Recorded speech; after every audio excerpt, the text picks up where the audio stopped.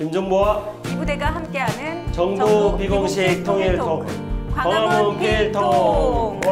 시작하겠습니다. 시작합니다. 네, 오늘은 특별히 게스트가 없는 만큼 제가 우리 김정보를 게스트로 모시고 지금 현황에 대해서 좀 정세에 대해서 질문을 좀 드리고 싶습니다. 네, 오늘 손님으로 제가 주인. 네, 시작해 보겠습니다. 지금 4.27 판문점 선언 이후 지금 정세가 굉장히 급격하게 변화를 하고 있는데요. 그렇죠. 어떤 전문가들도 예측하지 못했던 그런 급격한 변화가 지금 진행되고 있습니다. 그래서 이제 제가 아는 많은 전문가들은 이 2018년 1월부터 지금까지 상황을 접하면서 전문가들은 모두 무덤 속으로 들어가야겠다. 뭐 그렇게 말할 정도로 무엇을 상상하든 상상 이상의 것이 펼쳐지고 있잖아요. 광고 멘트 같은데? 무엇을 상상하든 상상 이상. 그러니까 남북 정상회담이 판문점에서 한 달 간격으로 2번 연속 일어날 수 있을 거라는 것을 상상한 전문가 있으면 나와보세요. 북미 정상회담이 또 연이어서 이어지고 있습니다. 그렇다면은 남북 정상 간 합의 사항과 또 북미 정상 간 합의 사항의 내용을 들여다보면은 앞으로 이 판이 이 정세가 어떻게 흘러갈 것인가에 대한 예측이 가능할 것 같은데요. 좀 전망을 해주시죠. 이 합의를 살펴보면 구조가 비슷합니다. 그런가요? 예. 그래서 판문점 선언의 1조가 뭐냐면은 남북 관계를 발전시키는 겁니다. 그렇죠. 판문점 1조가. 그리고 북미 간에 싱가포르에 있었던 공동 보도에 따라 보도에 따르면 그 합의한 1조가 북미 관계를 발전시키는 거예요. 그다음 2조는 판문점 선언의 대2조는 이제 군사적 그 긴장 완화와 신뢰 구축이고요. 그리고 이제 북미 간에는 평화 체제 구축입니다. 그다음에 판문점 선언의 제3조는 뭐 비핵화와 평화 체제이고 그다음에 북미 간에도 제3조가 비핵화입니다. 이런 구조로 되어 있기 때문에 앞으로 남북 관계는 이런 평화 체제 구축과 비핵화와 남북 관계 정상화, 북미 관계 발전 이런 것들을 중심으로 해서 쭉 흘러나갈 것이다. 그렇다면은 지금 또 이제 남북 간의 상황을 보면은요. 기존의 남북 회담에서 볼 수 있었는지 없었는지 모르겠지만 군사회담, 적십자회담 또 철도분과 협력회담, 도로회담, 산림협력, 또 이제 남북통일농구대회가 평양에서 개최됐었고요. 이런 일련의 일들이 굉장히 다양하게 발생이 되고 있는데 기존에도 이런 적이 있었나요, 김정보? 이분들께서 한 가지 빠뜨는 있어요. 체육회담도 하지 않나요? 네, 체육회담 있었습니다. 네, 맞습니다. 그러니까 그렇게 보면 통신 실무 접촉도 있지 않았습니까? 그렇죠. 예, 정말 다양한 일들이 벌어지고 많이 있었는데 과거에 이제 2000년도 김대중 정부 시절에 6.15 정상회담을 했을 때 그 이후에도 남북 관계가 이제 활발하게 됐었죠.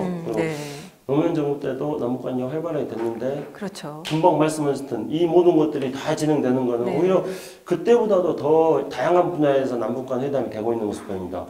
그 이유는 바로 뭐죠? 판문점 선언, 역사적인 판문점 선언. 그렇죠. 그리고 제가 좀 한 가지 의아한 것이 있었어요. 판문점 선언에서 두 정상이 합의한 내용 중에 6.15 계기로 남북 간의 공동행사, 민족 공동행사를 개최를 하기로 했는데요. 막상 지금 지나고 나니까 무산이 됐단 말이에요. 민족 공동행사가 개최가 되지 않았는데 무슨 특별한 이유라도 있었나요? 사실은 제가 그 점에 대해서는 드릴 말일 수는 없습니다. 제가 직책이 뭐였습니까? 장관 정책보좌관. 인데 6.15 그 민족 공동행사 정부 TF 제가 팀장 맡으셨잖아요. 정부 TF 팀장을 제가 그 공동행사를 진행을 맡았는데 그게 책임지세요. 김정보 책임지세요. 그래서 제가 참 드릴 말씀이 없습니다.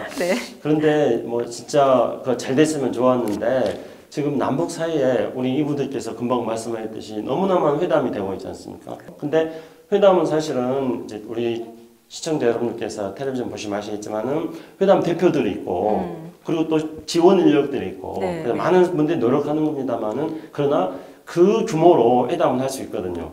그런데 민족 공동행사를 서울이나 또는 뭐 평양이나 이런 데서 하면은 굉장히 많은 사람이 100명 이상 이 사람 움직이는 거대한 행사가 된다는 거죠. 그래서 지금은 남북한 모두 판문점 선언을 이행하기 위한 여러 가지 회담들을 하고 있는 상황 속에서 많은 인원이 이동을 할 수 있는 그런 민족공동행사를 치르기에는 아직까지는 조금 어렵다. 변명 아니십니까? 믿어보겠습니다. 네, 알겠습니다. 그리고 최근에 민간 단체들이 지금 남북 간의 이런 교류하는 이런 동향 상황에서 많이 배제되고 있다. 민간이 패싱당하고 있다라는 불만들이 여기저기서 나오고 있는 것 같습니다. 어떻게 보십니까? 저는 그런 상황을 충분히 이해합니다.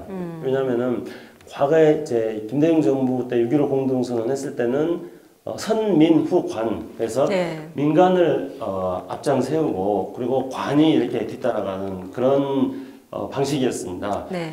근데 지금은 굳이 이제 그런 것들을 비교해서 본다면은 선관후민 그래서 그렇죠. 지금 관이 조금 앞장서는 네, 상황입니다. 네. 근데 관이 앞장서는 거는 이 2018년의 정세가 남북미 이 모두가 다 그 최고 지도자들이 탑다운 방식으로 일을 일단 진행시켜 나가고 있기 때문에 네, 네. 불가피하게 어떤 선관의 네. 그런 방식이 되고 네, 있습니다. 지금 그런 구조이긴 하죠. 탑다운 예. 방식이긴 하죠. 그렇죠. 네, 게다가- 정상회담이 먼저 이루어졌으니까. 그렇죠. 그리고 게다가 지금 다루는 아주 핵심적인 이슈들이 비핵화, 무슨 뭐 평화체제, 북미관계 정상화 이런 핵심적인 이슈니까 이런 이슈에 민간이 직접 참여하기는 좀 어려운 점이 있고 네. 여전히 북한에 대한 제재는 국제사회에서 그렇죠. 진행되고 아직까지 있고 여전히 살아 있는 거죠. 그래서 이 시청자 여러분께 대단히 아신 말씀을 저도 드립니다만은 조금 더 조건이 성숙될 경우에 민간 교류도 활발하게 진행될 거라고 생각합니다. 네. 김정보 오늘 마지막 질문 드리겠습니다.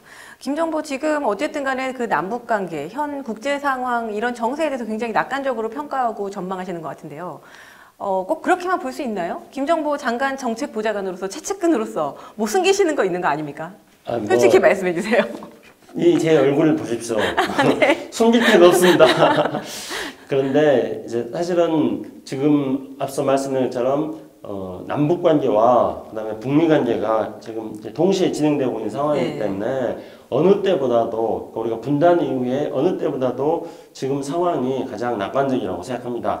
하지만 우리 대통령께서 늘 악마는 디테일에 있다 그랬으니까 맞습니다. 네. 우리는 작은 것 하나라도 조심스럽게 최선을 다하는 모습을 보여줘야 된다 생각합니다. 그렇죠. 네, 네. 오늘 특별한 대담을 한 것 같습니다. 김정보 게스트 없이 특별 게스트로서 너무 좋은 말씀과 전망을 잘 해주셔서 괜찮습니까? 좋았습니다. 저는 이런 방식으로 한번 또 몇 번 해볼까요? 좋습니다. 섭외가 잘 안 될 경우에 이렇게 한번 해보죠. 예. 마지막 멘트 해주세요. 새롭게 역사를 만들어 나가고 있는 이때 정부는 작은 것 하나라도 소홀히 하지 않고 최선의 노력을 다하겠습니다.